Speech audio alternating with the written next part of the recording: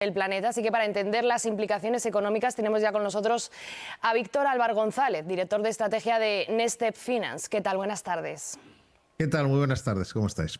Bueno, llevamos ya muchas semanas hablando de estos ataques de los rebeldes hutíes a barcos mercantes. ¿Cuáles son las consecuencias en la economía mundial después de este tiempo? De momento es poco tiempo, es decir, que las consecuencias van a depender mucho de cuánto dure esta situación, básicamente. Por lo tanto, de momento no es demasiado tiempo para medirlas. Lo vamos a ver cuando conozcamos los índices de actividad económica que van a salir pronto a nivel global.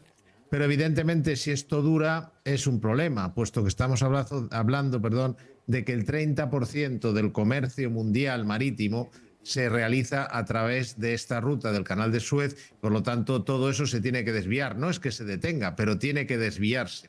En consecuencia, 30% del tráfico marítimo de bienes, de productos que vienen en gran medida, por ejemplo, de China o de India, por no hablar del petróleo, pues lógicamente tiene una influencia, pero insistimos, dependerá mucho de cuánto dure la situación. Si, por ejemplo, los norteamericanos y británicos son capaces de garantizar la seguridad, porque esto es como si hubiera un conflicto y hubiera llegar a la policía y restableciera el orden, pues entonces el impacto sería mucho menor que si esto dura mucho tiempo o se extiende. Con un matiz importante. A nivel de precios, que es en lo que afecta más, a nivel de la inflación, hay que tener en cuenta que mucho de lo que viene de ahí viene de China, y en general en China los productos que se están fabricando en China, todo lo que viene de China, cada vez sale más barato. Hay un proceso desinflacionista en China. Entonces eso compensa en cierta medida la situación. Muy interesante esto, por lo tanto, el coste quizá no está subiendo tanto, pero sí que sube el coste por la ruta, ¿no? Al tener que hacer un trayecto mucho más largo de esos barcos mercantes y, por lo tanto, de esa mercancía. No sé si se espera que, aunque venga el producto de China, que está más barato, que si esto se mantiene a largo plazo, esta ruta más larga, termine afectando, por supuesto, también en el precio de las mercancías que nos llegan a Europa o a España. Sin duda, porque aunque en China estemos hablando de que se está produciendo un proceso desinflacionista de bajada de precios, no es comparable con a cuánto pueden llegar a subir el coste de los fletes. Estamos hablando de que desde que ocurrió esta situación, el precio de los fletes se ha doblado. También hay que decir, es importante poner todo en su contexto, que venimos de que hayan caído muchísimo. Los precios de los fletes estuvieron altísimos como consecuencia de la salida de la pandemia, de la puesta en marcha de la economía. Los hizo subir muchísimo el precio de los fletes. Por lo tanto, vienen de muy abajo, pero dicho esto, no dejan de haberse doblado. Por lo tanto, eso ya es un incremento muy fuerte que no lo compensa realmente el hecho de que lo que viene de China o de India pueda estar más barato. O sea que, por eso insisto, si esta situación dura mucho tiempo, se acabará notando básicamente en la inflación, en los precios de todo lo que pasa o pasaba, en este caso, por esa zona. Víctor, ¿qué tipo de mercancías son las más afectadas? Nos mencionabas antes incluso también el petróleo.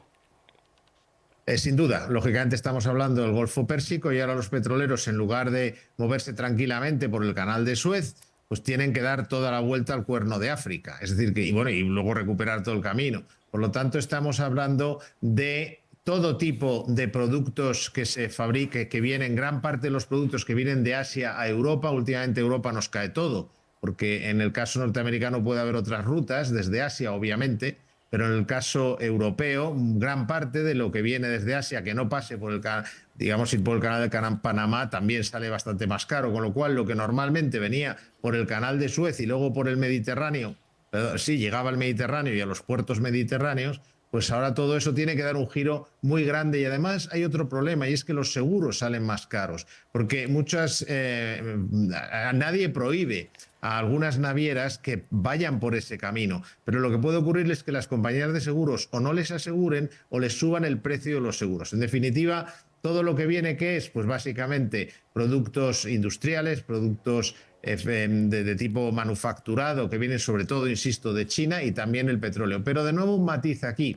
En el caso del petróleo, si me permiten la expresión, hemos tenido un poquito de suerte de momento en esta circunstancia, porque como digo, en el origen los productos no están subiendo de precio. El caso del petróleo, por ejemplo, pues el petróleo lógicamente sí está subiendo, pero pensemos que cuando se produjo la invasión de Ucrania, el petróleo subió a $120, mientras que ahora estamos hablando de que ha subido a 80, 80 y pico el Brent. ¿Por qué ocurre esto? Porque el mercado está inundado de petróleo. Hicieron unas sanciones para evitar que Rusia vendiera petróleo, pero no han funcionado y por lo tanto Rusia está vendiendo a través de terceros países. ¿Y eso qué significa? Que como necesitan mucho dinero para la invasión de Ucrania, están vendiendo petróleo. No solo han creado su propia flota, sino que están vendiendo mucho petróleo a través de países terceros. Y la OPEP, además, como organización, está bastante rota. Es decir, hay mucho, incluso la ha abandonado recientemente Angola. Resumiendo, afortunadamente el petróleo ahora mismo no estaba al alza, el mercado está muy bien provisto de petróleo y eso nos da un cierto margen, digamos, de maniobra, porque aunque suba el precio por el transporte, está bajando por la vía de la oferta. La oferta es sobradamente amplia para cubrir las necesidades de petróleo que tiene actualmente el mundo.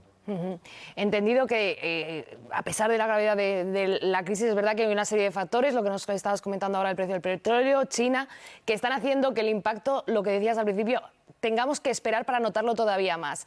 Estados Unidos y Reino Unido han respondido con ataques a los rebeldes. ¿Esto oscurece más las perspectivas económicas de una solución? Porque yo sé que en economía, que hay siempre mucha incertidumbre, la incertidumbre es malísima. Bueno, la incertidumbre ya está ahora mismo en los mercados, por eso hemos visto ese aumento del coste de los fletes. De momento, los mercados financieros se lo están tomando con bastante calma.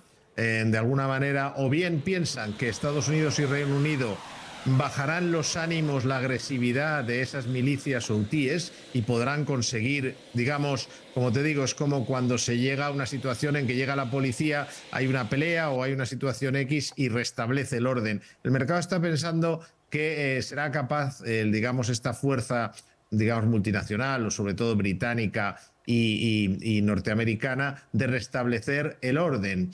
El riesgo aquí es que algo se vaya de las manos, es decir, que de alguna manera, cuando pasan estas cosas, también puede ocurrir que se esté intentando precisamente que ocurra esto. Es decir, si esto no es nada, es casualidad aquí, las milicias hutíes están patrocinadas abiertamente por Irán, entonces podría ocurrir que Irán esté buscando que de alguna manera Occidente, o en este caso Estados Unidos e Inglaterra, y estoy poniendo un ejemplo, no digo que vaya a ocurrir, pero que esté actuando de forma que, digamos, provocando una situación de inestabilidad que en un momento dado se pueda descontrolar de alguna manera. Entonces es un riesgo que tenemos que tener en mente. Si realmente, aquí hay dos escenarios, creo yo, básicamente, y es uno, que funcione esa fuerza de seguridad y restablezca el orden, por decirlo de alguna manera, pero hay también el escenario de que la entrada de esa fuerza de seguridad genere un conflicto todavía mayor, porque, por ejemplo, hay un enfrentamiento casual, entre comillas, o